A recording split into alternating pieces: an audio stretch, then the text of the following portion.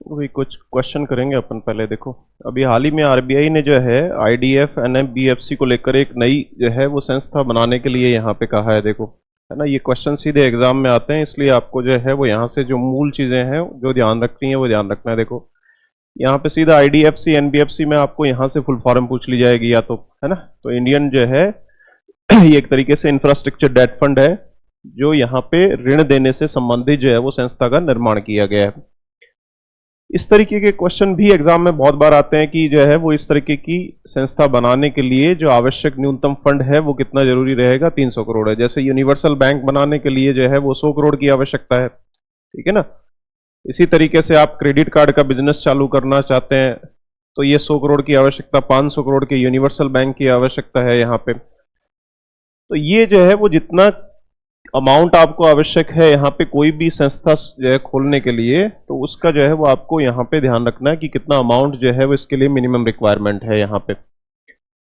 इसके अलावा जो है कैपिटल जो है एडुकेसी रेशियो जिसको बोल सकते हैं, इसको या तो आपको एग्जाम में CAR वर्ड दिया हुआ आ सकता है या capital to risk weighted asset ratio दिया आ सकता है। दोनों का मतलब सेम ही है यहाँ पे, ठीक है ना। तो दोनों में से कोई सी भी आ सकता है यहाँ पे। तो इसके लिए जो है वो आपको 15% जो है वो यहाँ पे आवश्यक है।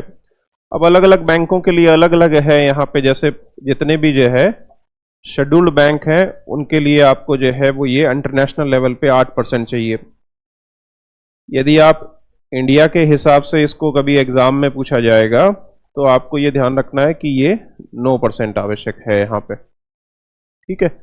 तो ये न्यूनतम पूंजी आवश्यकता है जो भारत के अंदर आईडीएफ एनबीएफसी को स्थापित करने के लिए capital risk weighted asset ratio जो है वो 15% होना चाहिए, जिसमें टीयर 1 कैपिटल 10% है। ज्यादातर टीयर 1 कैपिटल पूछते नहीं है, यहाँ पे CRAR ही पूछा जाएगा कि भी हाल ही में एनबीएफसी जो है एक आईडीएफ संस्था स्थापित की गई है नई, उसमें CRAR की आवश्यकता कितनी है। तो यहाँ पे जो है वो ध्यान रखना है 15% की आवश्यकता है।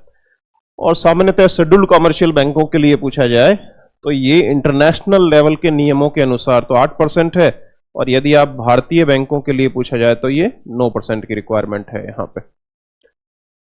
इसके बाद में आजकल ये शब्दों का काफी चलन चला हुआ है। कल के न्यूज़पेपर में ही ये शब्द था व्हाइट लिस्ट यहाँ पे, और एक शब्द अलर्ट लिस्ट के नाम से है। कई बार इन पे सीधे क्वेश्चन आ जाते हैं कि अलर्ट लिस्ट जो आरबीआई ने हाल ही में जारी की है वो किससे संबंधित है यहाँ पे। तो अलर्ट लिस्ट का संबंध जो है वो फॉरेक्स ट्रेडिंग प्लेटफॉर्म से है। ये एप्लीकेशन हो सकती है ये, ठीक है ना। ये एप्लीकेशन वो एप्लीकेशन है जो अनऑथोराइज्ड है, यानी जिनको लीगल स्टेटस नहीं मिल रखा है यहाँ पे, यानी कानूनी रूप से अलाउ नहीं है वो। इस तरीके की लिस्ट यदि आरबीआई ने जारी की है तो अलर्ट लिस्ट का ध्यान रखना है। अभी हाल ही में आरबीआई ने अलर्ट लिस्ट जारी की है, उनमें में से किस ऑर्गेनाइजेशन से संबंधित है, तो सीधा सीधा ध्यान रखना है फॉरेक्स ट्रेडिंग प्लेटफॉर्म से संबंधित है यहाँ पे। व्हाइट लिस्ट जो है ये लीगल लोन एप्लीकेशंस है। तो आजकल ऑनलाइन लोन जो है वो दिए जा रहे हैं संस्थाओं के द्वारा जो है, तो ये जो है वो ऑनलाइन एप्लीकेशन है यहाँ पे जो लोन डिस्बर्समेंट का काम करेगी यहाँ पे, ठीक है ना। तो ये व्हाइट लिस्ट भी काफी इंपॉर्टेंट शब्द है जो आजकल न्यूज़पेपर में बहुत ज्यादा यूज किया जा रहा है। तो ये सीधा सीधा ध्यान रखना है कि व्हाइट लिस्ट का संबंध जो है वो यहाँ पे ऑनलाइन लोन एप्लीकेशन से है जो ऑनलाइन लोन जो है प्रोवाइड करवाती है यहाँ पे। तो ये 3 महत्वपूर्ण चीजें हैं। इसके बाद में जो है आगे कुछ जो है वो पिछले 2-3 दिनों से जो है देश के अंदर कुछ हेरिटेज साइट्स को जो है वो नया जो है वो नॉमिनेट किया गया है यहाँ पे, जो वर्ल्ड जो है वो हेरिटेज लिस्ट के अंदर है यहाँ पे। अब यहाँ पे जो है वो सबसे पहला क्वेश्चन तो यही बन जाएगा कि ये कौन से सेशन के अंदर डिक्लेयर किया गया है यहाँ पे। तो ये एक्सटेंडेड सेशन है 45th यहाँ पे। हुआ कहाँ पे है, रियाद और सऊदी अरेबिया के अंदर जो है वो इसको आयोजित किया गया है। शांति निकेतन और होयसाला टेम्पल्स को यहाँ पे जो है इस लिस्ट में जोड़ा गया है। अब आपकी बुक जो थी स्टैटिक जीके की उसमें करेक्शन कर लेंगे जहाँ पे दिया हुआ था पहले। यहाँ पे आपको पता होगा कि पहले 40 थे और अभी ये 2 और बढ़ गए 42 हो गए हैं। और जो 2 बढ़ोतरी हुई है वो किसके अंदर हुई है, ये कल्चरल के अंदर हुई है। पहले 32 थे और अभी जो है 2 जो बढ़े हैं वो इसी लिस्ट के अंदर इजाफा हुआ है यहाँ पे, ठीक है ना। तो आपकी स्टैटिक जीके की बुक के अंदर ये दिया हुआ है, लेकिन वहां पे आपको ये संशोधन करना है। और ये दोनों हैं कहाँ पे, जैसे ये शांति निकेतन वेस्ट बंगाल के अंदर है जो आजकल यूनिवर्सिटी का भी काम कर रही है, और ये तीन जो है वो टेम्पल्स हैं यहाँ पे, बेलूर, हलबीड और जो है सोमनाथपुरा, जो कर्नाटका के अंदर हैं, जो पुराने जमाने के मंदिर हैं, इनको भी जो है वो हेरिटेज लिस्ट के अंदर जोड़ा गया है यहाँ पे। अब क्वेश्चन जो है, मान लो ये नहीं पूछ के अगले को धरोहर लिस्ट के बारे में पूछना है, तो यहाँ पे जो है इंटरनेशनल डे कब मनाया जाता है, 18 अप्रैल को मनाया जाता है, या फिर थीम पूछ ली जाएगी, इस साल की थीम क्या रही, तो हेरिटेज चेंजेस जो है वो इसकी थीम रही है। यहां से सवाल जो है वो अलग अलग तरीके के पूछे जा सकते हैं कि मैक्सिमम लिस्ट कहां पे है हेरिटेज साइट की, तो महाराष्ट्र में सबसे ज्यादा 5 साइट हैं यहाँ पे, जबकि कर्नाटका के अंदर ये साइट होसाला टेम्पल्स होने के बावजूद भी अभी टोटल मिला के 4 साइट्स ही हैं यहाँ पे। तो यदि आपको यहाँ पे पूछा जाए कि कर्नाटका में अब कितने टोटल हो चुके हैं, तो 4 जो है वो वर्ल्ड हेरिटेज साइट्स हैं यहाँ पे, ठीक है। इसके बाद में इंटरनेशनल लेवल पे भी कई बार क्वेश्चन पूछा जा सकता है कि भाई सबसे ज्यादा जो है वो हेरिटेज साइट है कहाँ पे, तो इटली के अंदर सबसे ज्यादा है, फिर चाइना है, और जर्मनी के बाद, उसके बाद में जर्मनी है तीसरे पोजीशन पे। तो मेन बेसिक आइडिया आपको जो है वो इन चीजों का यहाँ पे होना चाहिए। तो आपको जो बुक दे रखी है उसमें आप संशोधन कर लेंगे यहाँ पे। तो ये कल ही के द हिंदू की जो है न्यूज भी है, जिसमें बताया गया है कि यहाँ पे तो इस तरीके के मंदिर हैं जहाँ पे जो है इनको जो है बेलूर हसन के अंदर, डिस्ट्रिक्ट कर्नाटका के अंदर है, इसको इस लिस्ट के अंदर जो है वो शामिल किया गया है यहाँ पे। तो ये सेम चीज है यहाँ पे जो कल के न्यूज़पेपर में भी दी गई थी यहाँ पे। इसके बाद में जो है ये पश्चिम बंगाल का जो है वो शांति निकेतन है यहाँ पे। तो ये बेसिकली जो है वो अभी इसको यूनिवर्सिटी में तब्दील कर दिया गया है, और इसको कई दिनों से भारत प्रयास कर रहा था इसको जो है धरोहर लिस्ट में लाने का यहाँ पे। इसको जो है वो हेरिटेज लिस्ट में जो है वो अभी जोड़ दिया गया है यहाँ पे। तो मैन आपको ये ध्यान रखना है, यहाँ पे 1921 में जो है इसको विश्वविद्यालय का दर्जा दिया गया है, जो अभी यूनिवर्सिटी के तौर पर काम करता है यहाँ पे। अब ये कुछ वही जानकारियां हैं जो अपन ने दी है यहाँ पे। ये 45th जो है वो एक्सटेंडेड सेशन है यहाँ पे। अब ये ध्यान रखना, सेशन जो है वो 45th ऑलरेडी हो चुका है जो चाइना के अंदर हुआ था। एक्सटेंडेड सेशन का मतलब उसी का विस्तार रूप है ये, ठीक है ना। तो आपको मान लो अलग अलग ऑप्शन दे दिया गया कि अभी कौन सा सेशन था जिसमें ये किया गया, तो 45th session, 45th extended session. तो ये 45th एक्सटेंडेड सेशन है, ये ध्यान रखना है, जो सऊदी अरेबिया के अंदर हुआ है। इसके बाद में 34 कल्चरल साइट्स अभी अपन ने बता दी है कि ये 34 कल्चरल साइट हैं, और ये यहाँ पे अलग अलग तरीके के टेम्पल्स हैं जो इस लिस्ट के अंदर जो है वो यहाँ पे जो है जोड़े गए हैं यहाँ पे, और एक जो है वो शांति निकेतन है इसके अंदर। अब इसको लेकर यहाँ से भी क्वेश्चन पूछा जा सकता है कि यूनेस्को जो है, क्योंकि यही काम करता है हेरिटेज लिस्ट के अंदर जोड़ने का यहाँ पे, ठीक है ना। तो इसके जो डायरेक्टर जनरल एंड्रयू एजोल है, और पेरिस फ्रांस के अंदर इसका हेडक्वार्टर है। तो ये मोटी मोटी चीज यहाँ पे आपको जो है वो ध्यान रखनी है यहाँ पे। इसके बाद में आगे आ जाएंगे, यहाँ पे कुछ सवाल हैं जो आपको जो है वो इस तरीके के क्वेश्चन एग्जाम में पूछे भी जा सकते हैं। तो ये नंबर ऑफ जो है वो हेरिटेज साइट्स जो हैं वो वर्तमान के अंदर कितनी है, तो अभी ये संशोधित होके जो है कितनी हो गई है, 42 हो गई है। लेकिन क्वेश्चन जो है वो पूछने का तरीका बदल सकता है। मान लो आपको कल्चरल साइट पूछ ली गई, तब इसका आंसर जो है वो कितना हो जाएगा, 34 हो जाएगा। तो सवाल पूछने का तरीका भी अपन को ध्यान होना चाहिए कि क्या पूछा गया है एग्जाम में। इसमें बोलो कौन सा आएगा, अभी बताया ना आपको कौन सा आएगा, हेरिटेज चेंजेस आएंगे यहाँ पे, तो सेकंड ऑप्शन आएगा इसमें। आगे बताते जाओ फटाफट। इसमें बोलो 18 अप्रैल आएगा इसके अंदर। चलो आगे, इसमें बोलो largest number of heritage site अभी बताया था कहाँ पे है, इटली के अंदर है। 58 साइट्स हैं इटली के अंदर, जो सबसे ज्यादा है यहाँ पे। राज्य के अंदर महाराष्ट्र के अंदर है, मैक्सिमम 5 साइट्स हैं यहाँ पे महाराष्ट्र के अंदर। अब यहाँ पे आ जाओ पार्लियामेंट को लेकर। यहाँ से भी काफी इंपॉर्टेंट क्वेश्चन जो है वो आपको पूछे जा सकते हैं। आपकी स्टैटिक जीके के अंदर भी काफी जानकारी इस चीज को लेकर जो है वो दी गई है यहाँ पे। तो सबसे इंपॉर्टेंट जो है वो यहाँ पे ये जो है वो 6 द्वार यहाँ पे बनाए गए हैं यहाँ पे, ठीक है ना। इनके बारे में आपको जो है वो खासकर यहाँ पे जो है वो ध्यान होना चाहिए यहाँ पे। तो ये गज द्वार है, शार्दुल द्वार है, गरुड़ द्वार है, यहाँ पे हमसा द्वार, मकर द्वार और अश्व द्वार है। ये अलग अलग चीजों के प्रतीक है यहाँ पे। जैसे गज द्वार है वो धन, ज्ञान और प्रतिनिधित्व करता है यहाँ पे, है ना। शार्दुल द्वार है जो यहाँ पे जो है वो एक तरीके से सिर, घोड़े या हाथी, अलग अलग कॉम्बिनेशंस हैं जो अलग अलग जीवों के यहाँ पे बनाए गए हैं। तो ये जो है वो आपको मिल जाएगी, जिसमें आपको ये ध्यान रखना है कौन सा द्वार किस चीज का प्रतीक है यहाँ पे। फिर नंबर ऑफ लोकसभा सीटें कितनी हैं, 888, मैक्सिमम कैपेसिटी इसकी 888 है। राज्यसभा की क्षमता 384 है ना, 971 करोड़ की लागत आई है। टाटा के पास इस चीज का जो है वो एक कॉन्ट्रैक्ट था यहाँ पे। तो ये पूरा जो है वो यहाँ पे नया संशोधन इस चीज के अंदर किया गया है। यहाँ पे टोटल मिला के 1272 सदस्य जो है वो इसके अंदर बैठ पाएंगे। अब जो है वो सीटिंग कैपेसिटी जो है वो इसकी कितनी की गई है, 1272 है यहाँ पे। तो ये द्वार जो है ये उसके अंदर जो है ऐड कर लेंगे, जो आपको स्टैटिक जीके की बुक दी गई है वो इसमें ऐड नहीं है, तो ये उसके अंदर आपके काम आएगा एक्स्ट्रा इंफॉर्मेशन। ये जो है वो यहाँ पे आपने देखा भी होगा, भारत के अंदर जो है महिलाओं को जो है वो चुनावों के अंदर आरक्षण देने को लेकर है यहाँ पे। तो यहाँ पे इस तरीके के क्वेश्चन पूछ सकते हैं कि इस संविधान में किस तरीके का कितने नंबर का संशोधन है यहाँ पे। तो 188वां संशोधन है, जिसके तहत 33% सीटों को जो है वो रिजर्व किया जाएगा यहाँ पे। तो ये मूल चीजें यहाँ पे जो है वो यही ध्यान रखनी है यहाँ पे। इसके बाद में ये कुछ ब्यौरा है। यदि आपको सीधा क्वेश्चन पूछ लिया गया कि वर्तमान विधानसभा सीटों के अंदर सबसे ज्यादा महिलाओं का प्रतिशत किस राज्य के अंदर है यहाँ पे, तो किस राज्य के अंदर है यहाँ पे, छत्तीसगढ़ के अंदर है। ठीक है ना। तो इस तरीके के क्वेश्चन एग्जाम में पूछ लिए जाते हैं कि सबसे ज्यादा मैक्सिमम नंबर ऑफ जो है रिप्रेजेंटेटिव जो महिलाओं की तरफ से है विधानसभा में वो किस राज्य में है, छत्तीसगढ़ के अंदर है यहाँ पे। और फिर अलग अलग तरीके की जो है वो स्थिति है यहाँ पे कि 181 सीटें जो है महिलाओं के लिए आरक्षित हो जाएंगी 2029 से, क्योंकि 2029 में इसको जो है वो लागू किया जाएगा यहाँ पे। अभी नई जो है वो परिसीमन होगा, उसके बाद में जो है वो इसको नए जो है रूप से लागू किया जाएगा यहाँ पे।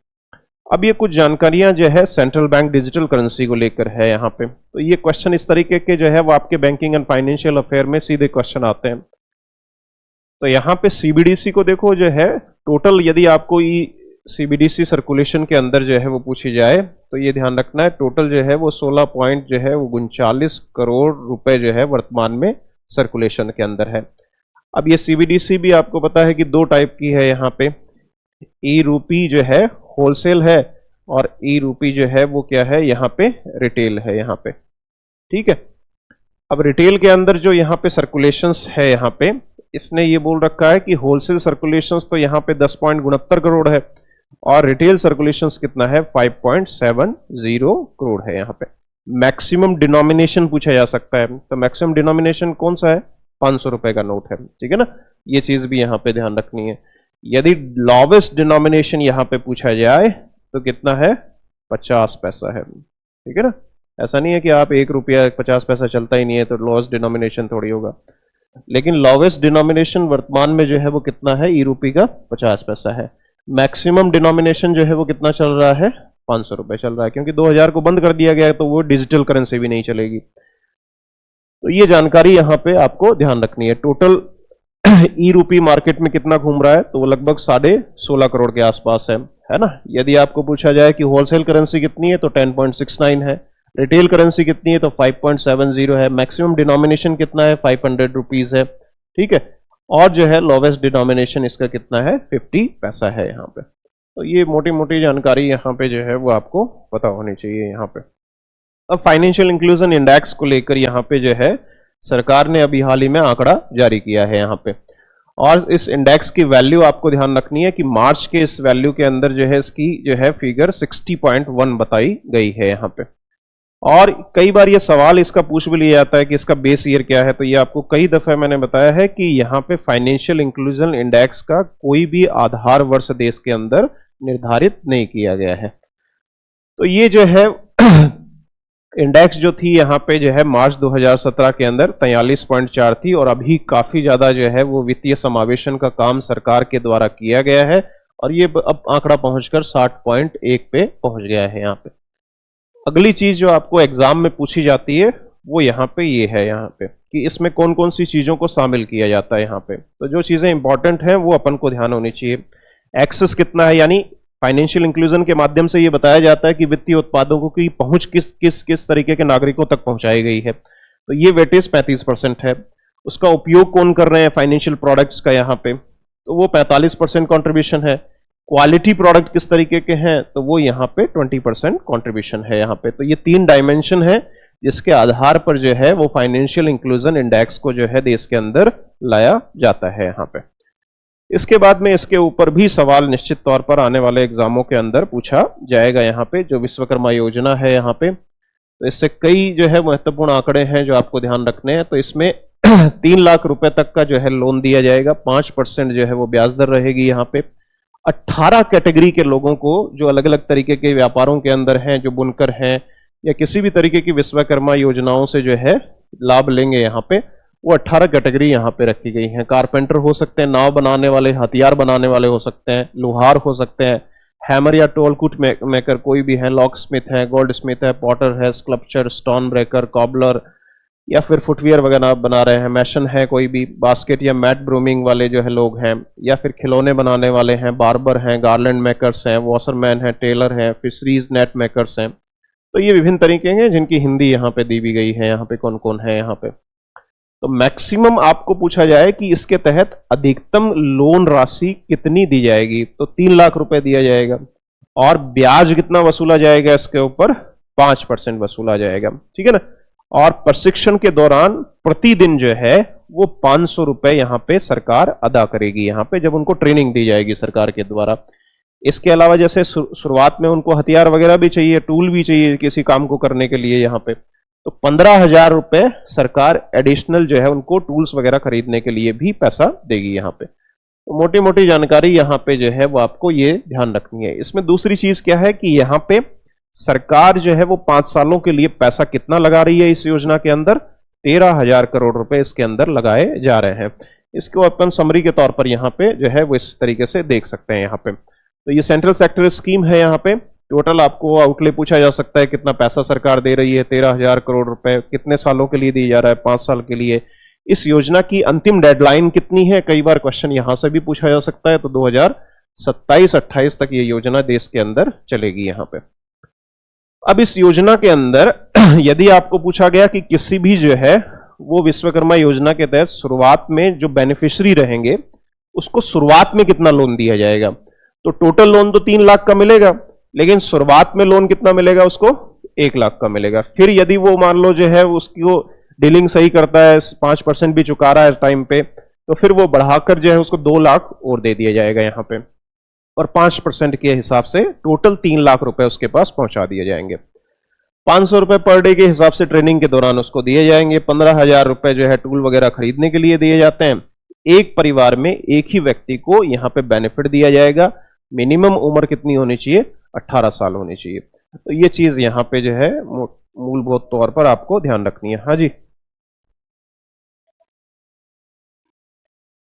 किसमें दीदी? वो तो जैसे पहले से किसी ने लोन ले रखा होगा उनके लिए होगा। अभी नई योजना के तहत तो 5% ही मिलेगा इसमें। वो तो देखना पड़ेगा भाई, इस योजना में तो यही सिस्टम है। अभी इसमें तो कोई अलग से डिक्लेरेशन किया नहीं गया है ना, क्योंकि न्यूज़पेपर में भी ऐसा कुछ नहीं दिया गया है। दूसरा देखो, अभी आपने देखा होगा कि G20 का आयोजन जो है वो भारत मंडपम में किया गया था, है ना। भारत मंडपम क्या है, कन्वेंशन सेंटर है जहां पे बड़ी बड़ी मीटिंगों का आयोजन किया जाता है। अब भारत को लग रहा है कि इससे भी बड़ी जो है वो सेंटर होने चाहिए जहां पे बड़े आयोजन और किए जा सकते हैं, यहाँ पे एग्जीबिशन लगाई जा सकती है यहाँ पे। तो ये यशोभूमि सेंटर जो है वो एक तरीके से एग्जीबिशन सेंटर ही है, जहां पे ये बोला जा रहा है कि विश्व का सबसे बड़ा ये सेंटर रहेगा जहां पे बड़ी बड़ी मीटिंगों का आयोजन हो सकता है, एग्जीबिशन रखी जा सकती है अलग अलग, और 11,000 लोगों की कैपेसिटी का ये जो है वो एक तरीके से सेंटर बनाया जा रहा है यहाँ पे। तो ये यशोभूमि सेंटर, इसको इसीलिए जो है वो डेवलप किया जा रहा है। नरेंद्र मोदी ने अपने जो है वो जन्मदिन के अवसर पर इसको जो है देश को समर्पित किया था यहाँ पे। तो ये उसी से संबंधित है। MIC सेंटर इनको कहा जाता है शॉर्ट के अंदर, meeting incentive conference and exhibition centre है यहाँ पे। और ये यशोभूमि के अंतर्गत इसका नाम रखा गया है। 63,000 स्क्वायर मीटर के जो है क्षेत्रफल के अंदर इसको स्थापित किया गया है यहाँ पे। तो ये मेन चीज यहाँ पे यही है कि यशोभूमि सेंटर और भारत मंडपम दोनों जो है वो कन्वेंशन सेंटर है, और एक तरीके से मीटिंगों का आयोजन जो है वो यहाँ पे किया जाएगा। ये रमन मैक्सेस अवार्ड अभी हाल ही के अंदर जो है वो दिया गया है 2023 के अंदर रवि कन्नन को, और ये एक तरीके से जो है ऑन्कोलॉजिस्ट हैं जो कैंसर का इलाज करते हैं, आसाम से जुड़े हुए हैं, और कई तरीके के ट्रांसफॉर्मेशन इन्होंने जो है वहां पे पेशेंट के साथ किए हैं, और एक तरीके से ये समाज सेवा से भी जो है वो जुड़े हुए हैं यहाँ पे। तो ये मूलभूत काम के द्वारा किया गया और इसीलिए इनको जो है ये सम्मान जो है वो दिया गया है यहाँ पे। अब ये साबूदाना कई लोग खाते होंगे, जैसे किसी का फास्ट वगैरह रहता है तो साबूदाना का इस्तेमाल जो है वो काफी ज्यादा किया जाता है। साबूदाना को अभी हाल ही में जीआई टैग की लिस्ट के अंदर जोड़ दिया गया है और मूल रूप से साबूदाना का जो ओरिजिन है वो कहाँ से है, तमिलनाडु के अंदर है। साबूदाना बनता किससे है, एक पेड़ होता है, उसकी जो जड़ें होती हैं उससे जो है उसकी छाल वगैरह हटा के उसको जो है मशीनों के अंदर छोटे छोटे टुकड़े करके उसका निर्माण जो है वो किया जाता है यहाँ पे। तो इसका टेक्निकल नाम जो है वो सालेम सागो है और वैसे इसको साबूदाना भी कहा जाता है अपनी भाषा के अंदर ज्यादातर इसको। तो ये जो है वो मूल रूप से जो है इसको इसलिए कहते हैं क्योंकि ये सालेम डिस्ट्रिक्ट से जो है वो इसका ओरिजिन हुआ है यहाँ पे। तो ये मेन जो जीआई टैग जो भी नए दिए जाते हैं ये ध्यान रखना है किस राज्य से बिलोंग करता है यहाँ पे, है ना, और ये जो है ज्योग्राफिकल इंडिकेशंस जो है वो किससे संबंधित है यहाँ पे। इसके बाद में जो है निपा वायरस को लेकर देखो अभी काफी जो है वो चर्चा में चला हुआ है यहाँ पे। यदि आपको भी इस तरीके के सिम्टम्स आ रहे हैं तो आप भी निपा वायरस से ग्रसित हो सकते हैं यहाँ पे, ठीक है ना। जैसे मान लो फीवर है, ड्राउजीनेस है, हेडेक है, कंफ्यूजन, कोमा या डिसोरिएंटेशन, इस तरीके की समस्याएं आ रही हैं तो ये Nipah virus basically zoonotic disease है। जैसे कोविड-19 भी जूनोटिक डिजीज था। जूनोटिक डिजीज का मतलब क्या होता है, जो जानवरों से किस में फैली है, इंसानों के अंदर आ गई है यहाँ पे। इसका मेन कारण अभी एक आर्टिकल भी छापा गया था न्यूज के पेपर के अंदर कि ये क्यों फैल रहा है, क्योंकि केरल के अंदर क्या हो रहा है कि जो फॉरेस्ट एरियाज है उन फॉरेस्ट एरियाज को खत्म करके लोग क्या कर रहे हैं, उनको कृषि भूमि में तब्दील कर रहे हैं। तो अब चमगादड़ वगैरह या कोई और भी जानवर जो इस तरीके के रोगों को फैला रहे हैं वो लोगों के जो है वो टच में आ गए और इससे वो बीमारियां लोगों तक फैल गई हैं यहाँ पे।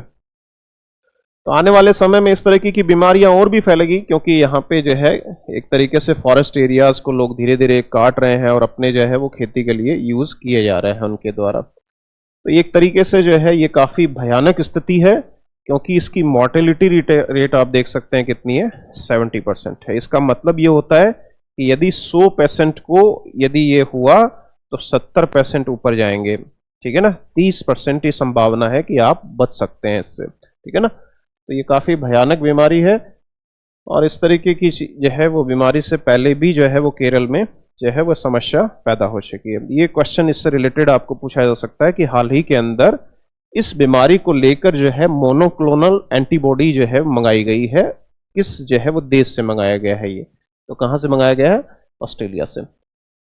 अब एक योजना अभी हाल ही के अंदर और चर्चा में थी जिसको प्रधानमंत्री जो है उज्ज्वला योजना कहा जाता है, ठीक है ना। अभी इसको एक्सटेंड कर दिया गया है यहाँ पे। तो एक्सटेंशन में आपको पूछा जा सकता है कि कितने अतिरिक्त लोगों को इस योजना का लाभ दिया जाएगा।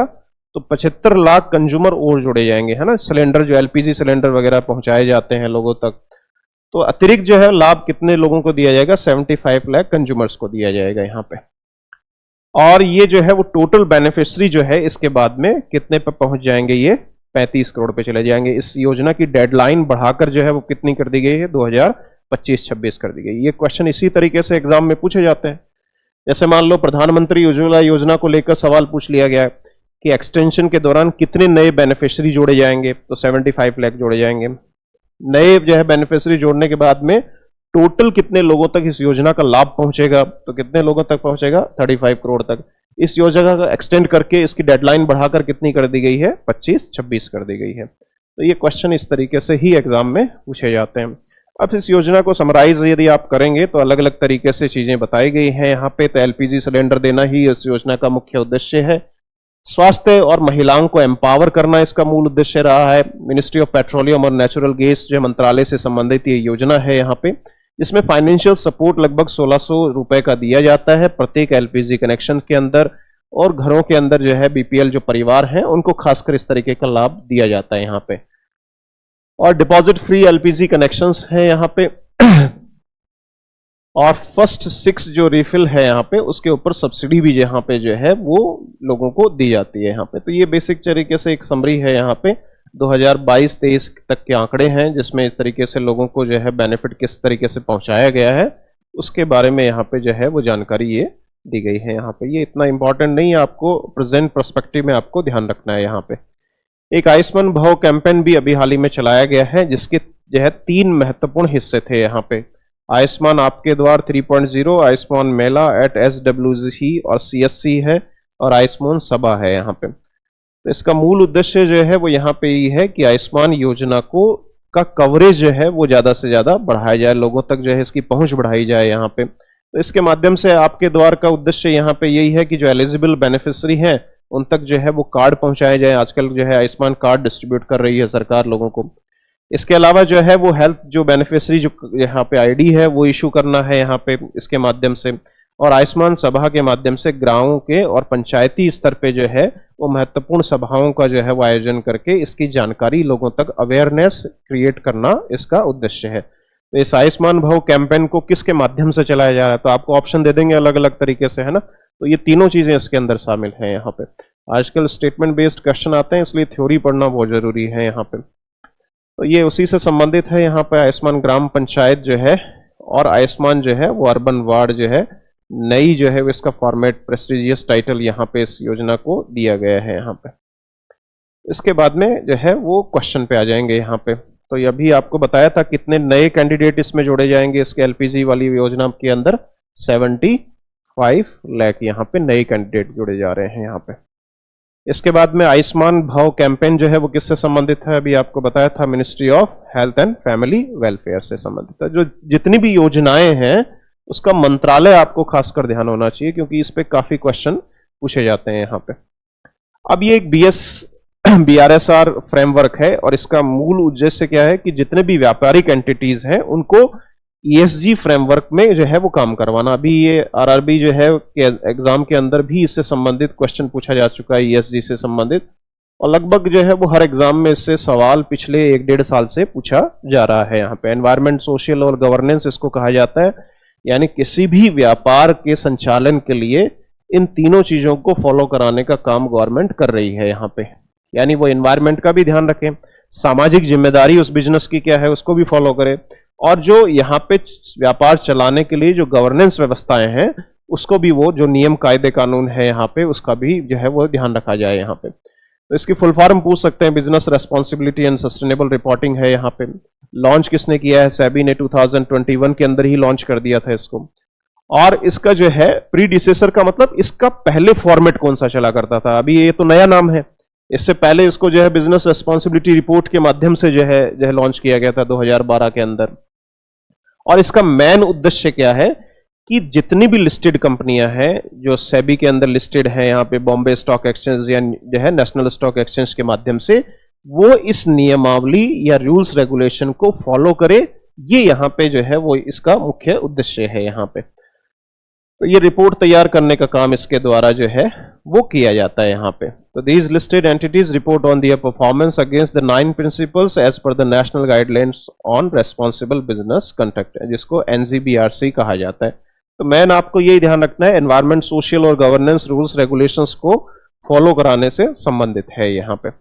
अब ये इनवर्ड और आउटवर्ड फॉरेन डायरेक्ट इन्वेस्टमेंट को लेकर है, यानी सबसे ज्यादा भारत से पैसा कहाँ पे गया है, और या फिर भारत में जो है पैसा कहाँ से ज्यादा आया है यहाँ पे। तो आउटवर्ड रेमिटेंस का मतलब यहाँ पे ये जो है, सॉरी, डायरेक्ट इन्वेस्टमेंट का मतलब यही है कि भारत से पैसा किस देश में सबसे ज्यादा लगाया गया है।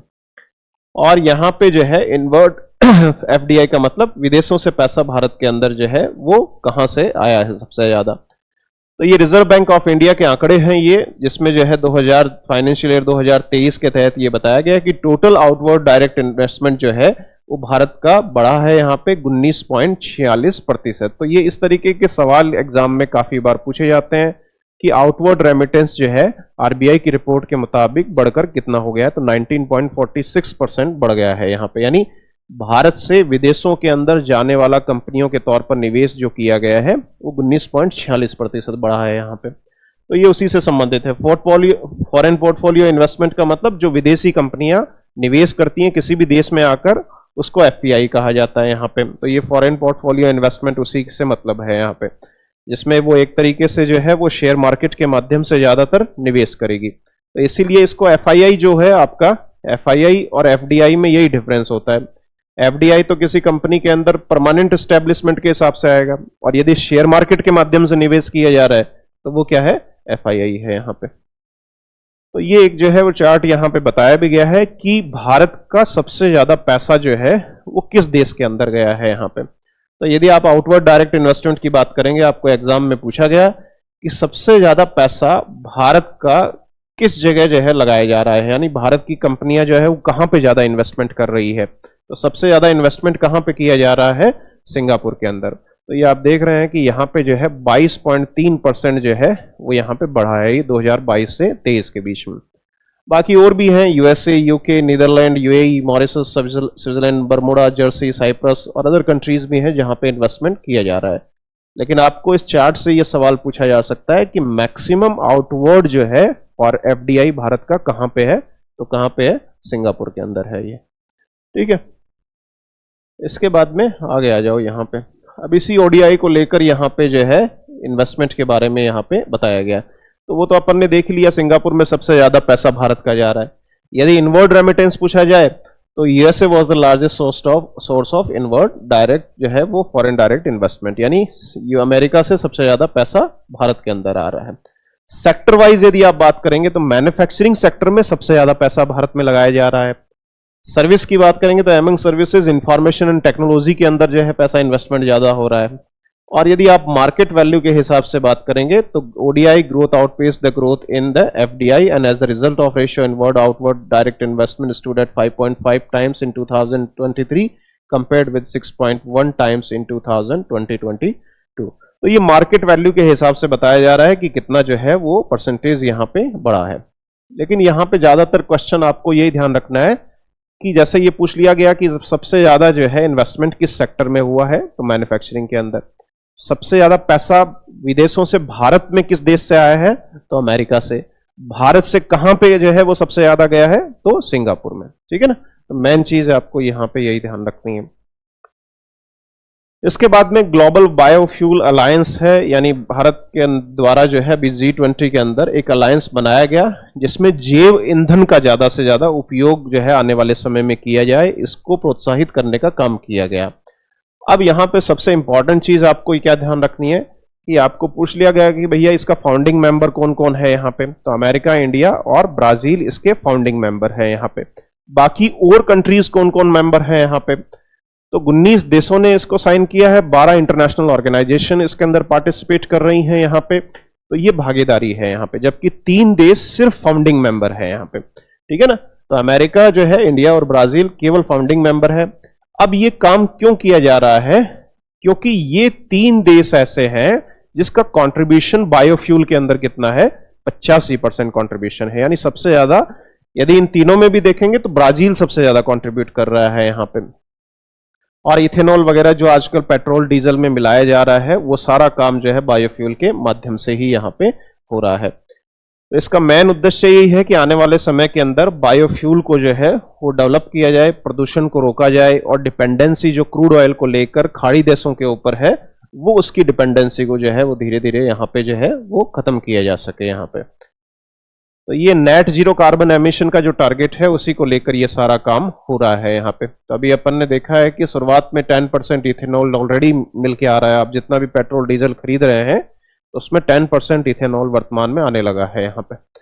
और ये 20% इथेनॉल का टारगेट है 2000 जो है वो 25-26 तक यहाँ पे। तो ये 2025-26 तक आप जो भी पेट्रोल यूज करेंगे उसमें 20% एथेनॉल का इस्तेमाल जो है वो किया जाएगा यहाँ पे। अब ये G20 को लेकर कुछ समरी यहाँ पे अपन देखेंगे। यहाँ पे G7 और G8 के देश जो है वो ऑलरेडी इसके अंदर इंक्लूड हैं, और बाकी जो देश हैं वो आप G20 के यहाँ पे जो है वो देख रहे हैं। तो यहाँ पे यदि आप बड़े देशों की बात करेंगे तो UK, USA, Japan, France, Germany, Italy और कनाडा जो है वो G7 का हिस्सा है। यदि आप एक देश रशिया और मिला देंगे तो G8 हो जाएगा। और बाकी देश यदि आप Argentina, Australia, Brazil, China, European union, India, Indonesia, Mexico, Saudi Arabia, south Africa, Korea और टर्की मिला देंगे तो ये G20 का हिस्सा हो जाएगा।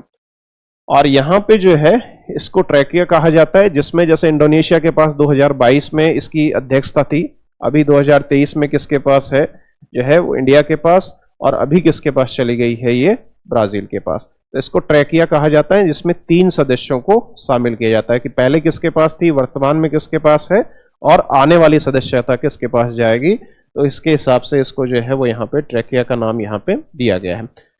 तो इसमें आपको ध्यान रखना है कि 19 देश जो हैं वो शामिल हैं और एक यूरोपियन यूनियन शामिल है। तो ये देश नहीं है बल्कि ये एक संगठन है काफी देशों का, इसलिए ये 19 प्लस का कॉम्बिनेशन था। अभी एक अफ्रीकन यूनियन और शामिल कर दी गई है, तो वो भी एक यूनियन ही है, देश तो उतने ही बराबर रह गए हैं, ठीक है ना। तो ये कुछ समरी यहाँ पे दी गई है, 19 देशों का एक जो है वो समूह है। और इसका कई बार ये क्वेश्चन पूछ लिया जाता है कि हेडक्वार्टर कहाँ पे है, तो कोई हेडक्वार्टर नहीं है इसका, ठीक है। और प्रतिवर्ष इसका आयोजन होता है। इस साल की थीम जो है आपको पता ही होगी, एक पृथ्वी एक परिवार एक भविष्य, जो है इसको लेकर यहाँ पे थीम रखी गई है।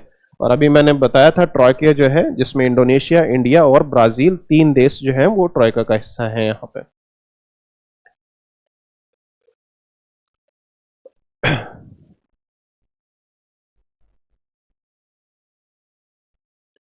अब ये कुछ इस मीटिंग के इंपॉर्टेंट तथ्य हैं जिन पे आपको सवाल पूछा जा सकता है एग्जाम के अंदर। देखो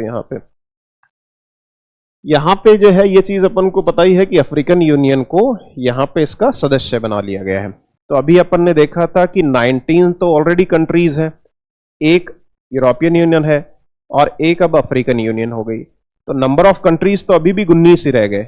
ये दोनों तो एक यूरोपियन यूनियन और एक अफ्रीकन यूनियन है, तो टोटल मिला के अभी जो है मेंबर्स कितने हो गए हैं, 21 हो गए हैं यहाँ पे। इसके बाद में ग्लोबल बायोफ्यूल अलायंस, अभी अपन ने देखा अमेरिका, ब्राजील और इंडिया ने मिलकर फाउंडिंग मेंबर के तौर पर बायोफ्यूल अलायंस जो है वो तैयार किया है, जिसका उद्देश्य जो है नेट जीरो कार्बन एमिशन को प्राप्त करना है यहाँ पे।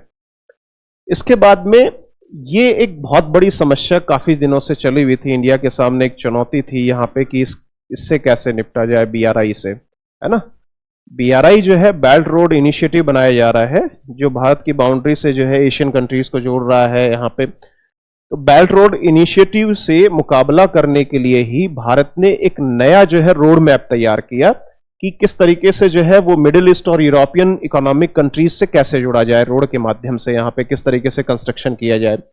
तो इसीलिए IMEEC जो है वो इस तरीके के जो है इसी जो है वो चैलेंज में इसको जो है वो संबंध में यहाँ पे समझौता किया गया कि भारत और दूसरे जो G20 के सदस्य हैं वो मिलकर आपस में इस middle east Europe economic corridor का निर्माण करेंगे, जिसमें आपस में सभी देशों के बीच में व्यापारिक जो है लेन देन यहाँ पे होगा।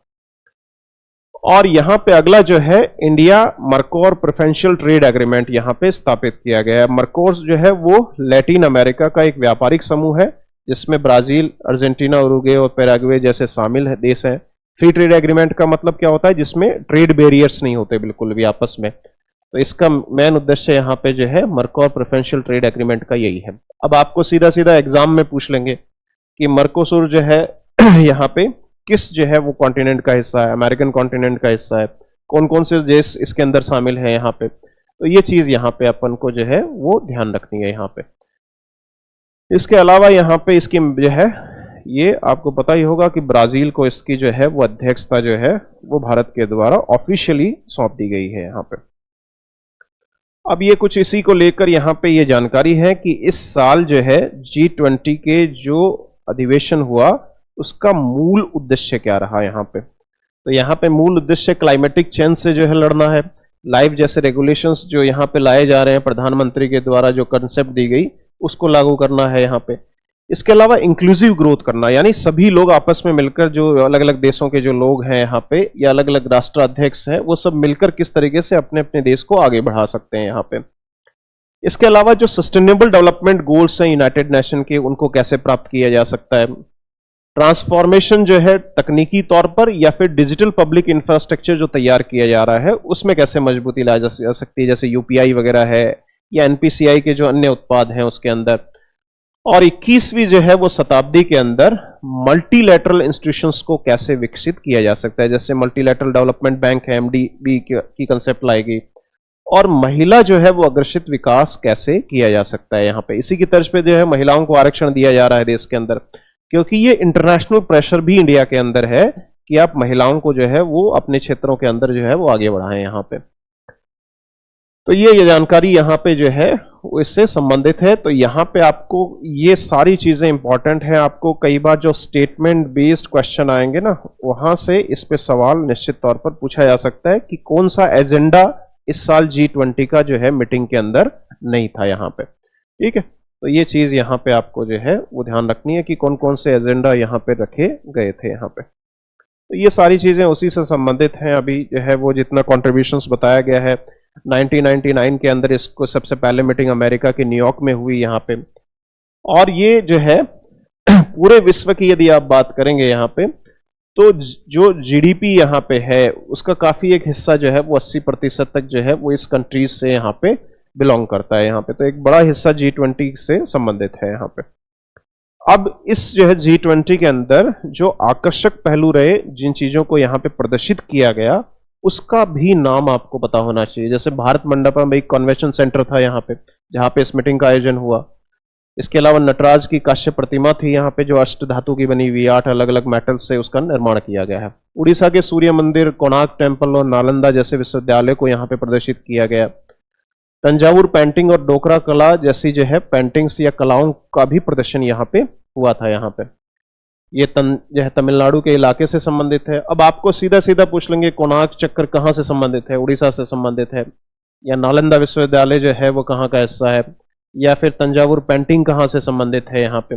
इसके अलावा भगवान बुद्ध की जो है पीतल की मूर्ति को भी स्थापित किया गया है यहाँ पे, और विविध संगीत जो है विरासत को भी प्रदर्शित यहाँ पे किया गया है यहाँ पे। तो ये प्रतिमा भी जो है मूल तौर पर नटराज की जो है तमिलनाडु के हिस्से से संबंधित है यहाँ पे। तो ये जो है वो अफ्रीकन यूनियन के मुखिया हैं यहाँ पे, अजुल ओसामी, और इसका नाम बेहद इंपॉर्टेंट है। एग्जाम में निश्चित तौर पर यहाँ से सवाल आने की संभावना रहती है, क्योंकि भारत के सपोर्ट से ही इसको जो है वो इसका सदस्य बनाया गया, क्योंकि भारत ने सपोर्ट किया है, रिकमेंडेशन किया कि भाई इस जो यूनियन को सदस्य बनाया जाए, इसीलिए जो है इसको सदस्य यहाँ पे स्थापित किया गया है यहाँ पे। इस व्यक्ति का नाम ध्यान रखना जो यहाँ पे इसके जो है मुखिया वर्तमान में है यहाँ पे। और ये 55 देशों का समूह है यहाँ पे, ये भी आपको बताया गया। इसमें 55 कंट्रीज हैं यहाँ पे।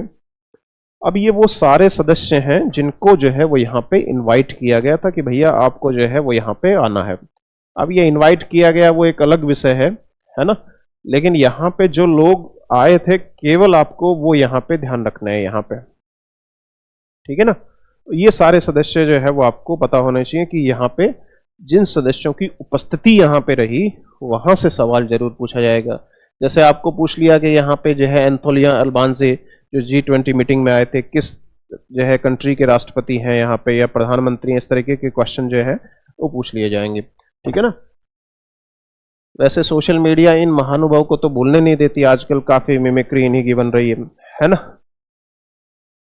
तो इनकी तो इसका तो भूलोगे नहीं आप, है ना। हाँ, ये राहुल गांधी की मौसी है ना। तो ये Argentina, Australia, Brazil, Canada, China, France जो है। अब ये ध्यान रखना, चाइना से कौन नहीं आया था, वहां के राष्ट्रपति नहीं आए हैं। कौन आए हैं, जो ली क्वेंग प्रीमियर हैं, जो वहां की पार्टी का रिप्रेजेंटेशन कर रहे हैं। ये ध्यान रखना, इस तरीके से चाइना से संबंधित आपको क्वेश्चन पूछा जा सकता है, ठीक है ना। तो ये जो है वो यहाँ पे मुख्य तौर पर जो है मेंबर्स थे जो जिनकी जो है वो उपस्थिति यहाँ पे थी। अब यहाँ पे देखो मैक्सिको के भी जो है वो यहाँ पे राष्ट्रपति और प्रधानमंत्री जो है वो कोई भी नहीं आए, यानी वहाँ पे मिनिस्ट्री ऑफ इकोनॉमी जो संभालती है लेडी, उनकी ही उपस्थिति यहाँ पे थी। बाकी प्रेसिडेंट हैं शुरुआत से लेके लास्ट तक, ये भी चांसलर हैं। फिर जो है वो ऐसा जोको विडोडो इंडोनेशिया से संबंधित है यहाँ पे। फिर Saudi Arabia, south Africa, Turkey, United kingdom, United state, European union, और जो यूरोपियन यूनियन के 2 जो है मेंबर्स यहाँ पे मौजूद थे यहाँ पे। अब ये कुछ विशेष जो है वो सदस्यों को भी इनवाइट किया गया है यहाँ पे, है ना। तो ये क्रिस्टलिना जॉर्जियो है, मैनेजिंग डायरेक्टर है इंटरनेशनल मॉनेटरी फंड की यहाँ पे। और इंटरनेशनल मॉनेटरी फंड की गीता गोपीनाथ जो है वो फर्स्ट डेप्यूटी मैनेजिंग डायरेक्टर है यहाँ पे। टोटल 190 सदस्यों का समूह है ये, 189 कंट्रीज हैं, और कोसोवो जो है वो यहाँ पे एक सदस्य के तौर पर और यहाँ पे नियुक्त किया गया है। तो ये क्वेश्चन कई बार एग्जाम में आता है कि पहली महिला जो है मैनेजिंग डायरेक्टर जो है वो कौन है इंटरनेशनल मॉनेटरी फंड की यहाँ पे। तो ये महिला भी यहाँ पे जो है इस मीटिंग के अंदर G20 के अंदर मौजूद थी यहाँ पे। और ये बाकी सदस्य और हैं यहाँ पे जो है, मिस्टर उर्सोल हैं यहाँ पे, यूरोपियन कमीशन से संबंधित है यहाँ पे। अजय बांगा की आपने उपस्थिति वहाँ पे देखी होगी। ये पहले मास्टर कार्ड को चलाया करते थे और अभी जो है वो किसके मुखिया हैं, वर्ल्ड बैंक के मुखिया हैं यहाँ पे। वर्ल्ड बैंक के अंदर देखो दो मुख्य हिस्से होते हैं, एक international bank for reconstruction and development है, यदि आपको इसका जो है मेंबर पूछा जाए तो 189 है यहाँ पे। इंटरनेशनल डेवलपमेंट एसोसिएशन के मेंबर पूछे जाए तो 174 है। ये दो नाम भी बहुत इंपॉर्टेंट हैं क्योंकि ये दोनों भी जो है वो क्या है, इंडियन है यहाँ पे, ठीक है ना। तो यहाँ पे अंशुल कांत पूछा जाए तो एमडी एंड सीएफओ है, और यहाँ पे चीफ इकोनॉमिस्ट पूछा जाए तो इंद्रमित गिल है यहाँ पे। इसके बाद में जो है एंटोनियो गुटरेस जो है यूनाइटेड नेशन के सेक्रेटरी भी मौजूद थे, 193 मेंबर्स हैं इसके अंदर। अब ये वो कुछ अन्य सदस्य हैं जो इस मीटिंग के अंदर मौजूद रहे यहाँ पे, जैसे अजय माथुर हैं, director general of international solar alliance हैं, क्योंकि मेन फोकस यहाँ पे जो है सोलर एक्टिविटीज को प्रमोट करना भी यहाँ पे था। गलबर्ट फोशो हैं जो डायरेक्टर जनरल है इंटरनेशनल लेबर ऑर्गेनाइजेशंस के। ट्रेंड्रोस एडमॉन है, ये वर्ल्ड हेल्थ ऑर्गेनाइजेशंस के जो है मुखिया रहे। नजौकी जो है वो Iweala director general of World Trade Organization है। मिथियास कॉर्मोन ये Organisation of Economic Cooperation and Development से संबंधित है। एशियन डेवलपमेंट बैंक के मुखिया जो है मास्तोस जो है असकावा है। फाइनेंशियल स्टेबिलिटी बोर्ड के जो है सदस्य भी मौजूद रहे यहाँ पे, क्लास नोट, और अमित रोहित जो है general secretary of कोalition and disaster resilience infrastructure मौजूद थे। तो इनके नाम आपको जो है एक बार ध्यान में रखना ही पड़ेगा, क्योंकि कौन कौन से सदस्य कौन थे आपको पूछ लिया जाएगा कि मैथिस जो है कॉर्मन उपस्थित थे, ये इनमें से किस संस्था से संबंधित हैं, तो ऐसे क्वेश्चन पूछ लिए जाएंगे एग्जाम में। तो पहले अपन को क्या है कि पहले पता होता तो अपन बोल देते भाई इन्विटेशन कम लोगों को दो, हमें दिक्कत आती है याद करने में, है ना। तो ये वही सदस्य हैं जो इनकी मौजूदगी रही है यहाँ पे।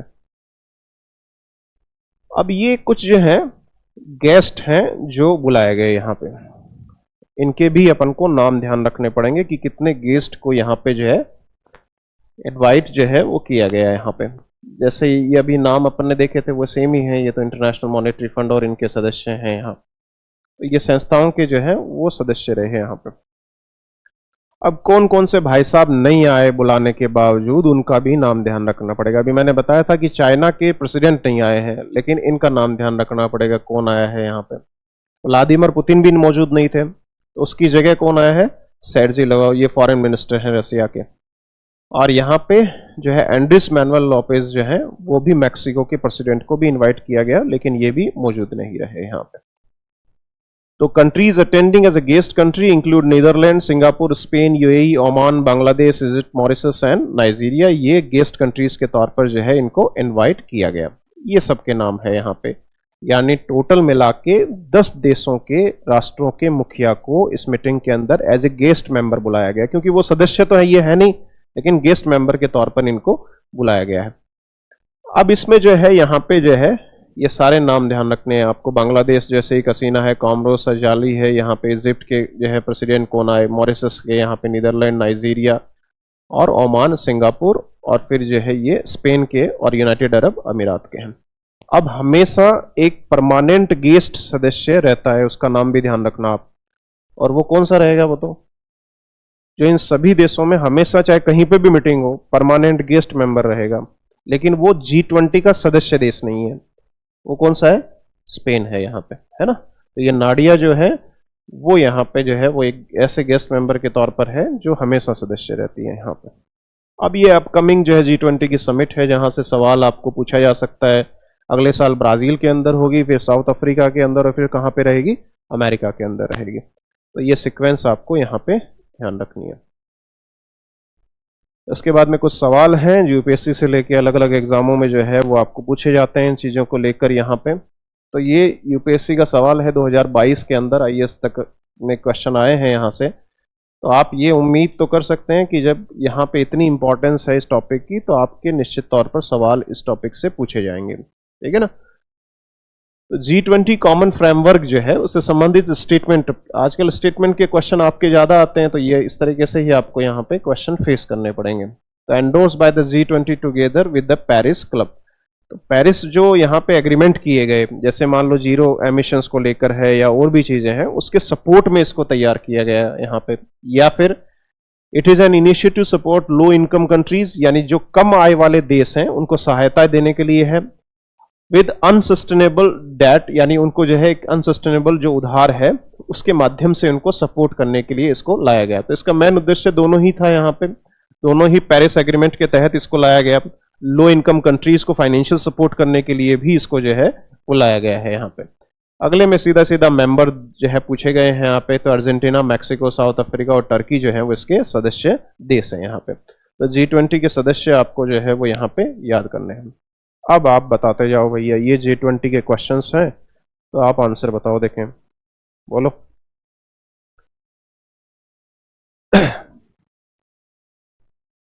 Which Indian state is formerly located known for its bronze sculpture, जिसका इस्तेमाल G20 के अंदर किया गया था, है ना?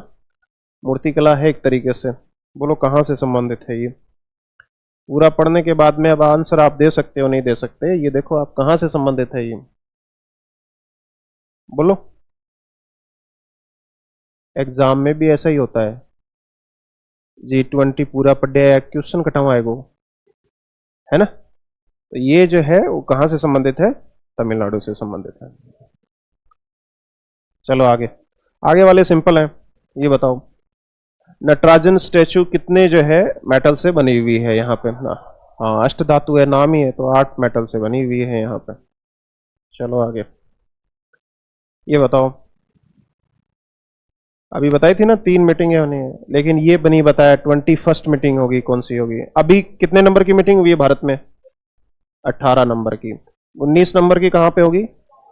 ब्राजील के अंदर। 20 नंबर की साउथ अफ्रीका। 21 नंबर की यूएसए, है ना? तो आंसर कौन सा हो जाएगा? यूएसए हो जाएगा। चलो आगे, ये बताओ। अभी बताया था ना सबसे पहले मीटिंग अमेरिका के अंदर हुई, है ना? कब हुई? 1999 के अंदर। तो न्यूयॉर्क के अंदर जो है इस मीटिंग का आयोजन किया गया था सबसे पहले। चलो नेक्स्ट बताओ। Which of the following is the correct sequence of the trachea, है ना? कौन सा आएगा भाई?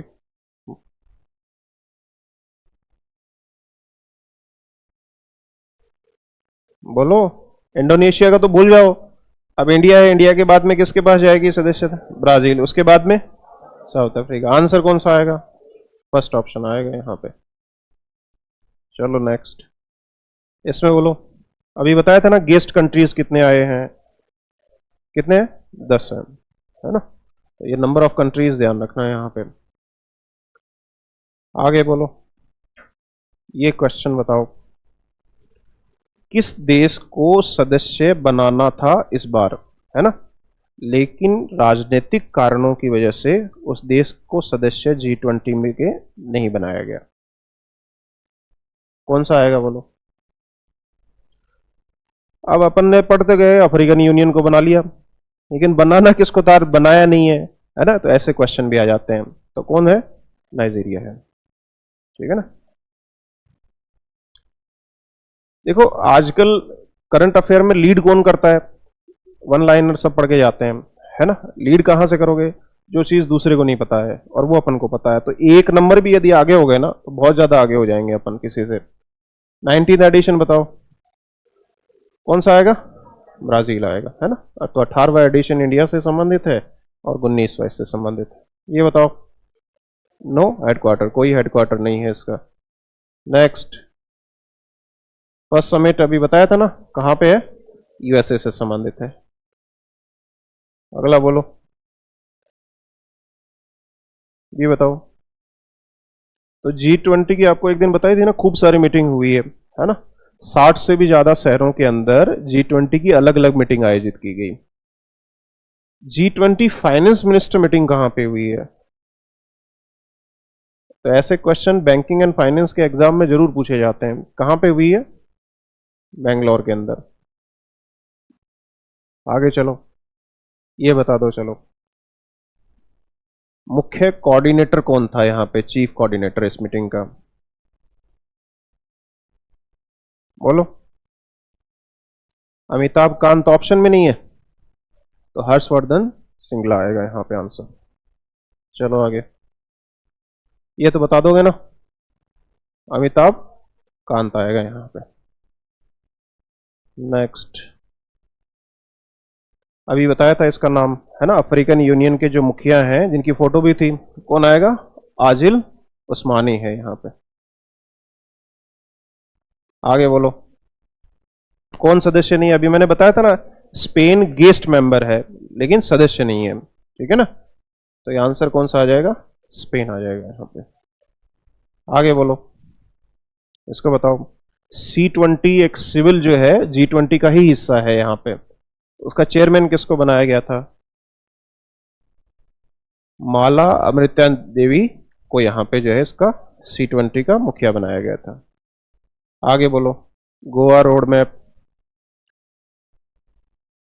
इसका आंसर बताओ। ये G20 से ही संबंधित है और गोवा रोड मैप का मुख्य उद्देश्य पर्यटन को बढ़ावा देना है, ठीक है ना, ये ध्यान रखना। तो ये टूरिज्म से संबंधित है यहाँ पे। आगे आ जाओ, ये बोलो, G20 sustainable finance working group meeting ये कहाँ पे हुई है? अभी फाइनेंस मीटिंग थी वो तो कहाँ पे थी? बेंगलोर में। और सस्टेनेबल फाइनेंस वर्किंग ग्रुप की मीटिंग कहाँ से संबंधित है? वाराणसी से संबंधित है यहाँ पे। तो क्वेश्चन क्या दिया गया है ये भी जानना बेहद जरूरी है। चलो भाई, कॉफी इन्होंने पकड़ा दी, ये कहाँ से संबंधित है मूल तौर पर? बोलो। ये जीआई टैग भी मिला हुआ है इसको, आरोकू कॉफी को। और ये किस राज्य की पैदावार है मूल तौर पर? कहां पे होती है ये कॉफी की वैरायटी? बोलो। आंध्र प्रदेश के अंदर है ना। केरल के अंदर तो निपा वायरस होता है, अभी और कुछ नहीं होता। हाँ, पीछे से केरल बोल रहे हो आप, है ना। तो ये इसी से संबंधित है। देखो, आपको पूछा जाए कि इत्र दे दिया गया, ये कहां से संबंधित है? कन्नौज से, है ना। जितने मेंबर्स आए थे तो उनको सबको गिफ्ट दिया गया था। तो इत्र कहां पे था? कन्नौज कहां पे पड़ता है? उत्तर प्रदेश के अंदर है ना। कश्मीर का सैफरॉन दिया गया। अरकू कॉफी आंध्र प्रदेश से है। और चाय जो है वो दार्जिलिंग, नीलगिरी दार्जिलिंग का हिस्सा था, ठीक है। इसके अलावा और भी बहुत सी सारी चीजें हैं। देखो, सुंदरबन का शहद दिया गया है यहाँ पे। इसके अलावा जो है कन्नौज का इत्र है ही। पश्मीना शॉल दी गई जो कश्मीर से संबंधित है यहाँ पे। खादी दिया गया है ना। तो ये बहुत सारी चीजें उनको सौंपी गई। तो ये सारी चीजें आपको ध्यान रखनी है यहाँ पे। आगे आओ, ये बताओ। ये एक दिन मैंने आपको बताया था देश के अंदर एनसीएमसी को डेवलप किया जा रहा है ना। एनसीएमसी का मतलब यहाँ पे क्या है? नेशनल कॉमन मोबिलिटी कार्ड है यहाँ पे, ठीक है। तो ये क्वेश्चन बहुत इंपॉर्टेंट है यहाँ पे। देश के अंदर जो वन नेशन वन कार्ड की जो कंसेप्ट चल रही है यहाँ पे, उसी से संबंधित है यहाँ पे ये। और इसका मेन उद्देश्य जो है वो यात्रा के दौरान सिंगल कार्ड का इस्तेमाल करना है यहाँ पे, ठीक है ना। एनपीसीआई ही टेक्नोलॉजी को डेवलप किया है। लेकिन भारत में सबसे पहले इस तरीके का कार्ड अभी हाल ही में लॉन्च किसने किया है? किसने लॉन्च किया है? एसबीआई ने लॉन्च किया है, ठीक है ना। ये ध्यान रखना, ये इंपॉर्टेंट क्वेश्चन है। यदि आप एसबीआई का एग्जाम आने वाले समय में दे रहे हैं तो उसमें जरूर पूछा जा सकता है। ये काफी बार बताया जा चुका है ना। इंक्रीमेंटल कैश रिजर्व रेशियो इसको बोलते हैं। तो इस तरीके के क्वेश्चन आ जाते हैं कई बार एग्जाम के अंदर। इसमें बताओ, अभी मैंने बताया था आपको, है ना, अलग अलग तरीके की लिस्ट जो है, व्हाइट लिस्ट, वो उसी तरीके से ये क्वेश्चन भी है यहाँ पे। RBI has encouraged call upon the set of entities to establish self regulatory organisation. तो ये सेल्फ रेगुलेटरी ऑर्गेनाइजेशन जो है वो किससे संबंधित है? किन चीजों को प्रोत्साहित करने से संबंधित है जो आरबीआई स्थापित कर रही है? तो किन चीजों को प्रमोट किया जाएगा इसके माध्यम से? फाइनेंशियल टेक्नोलॉजी फर्म को, जो फिनटेक फर्म है वो प्रमोट की जाएगी यहाँ पर।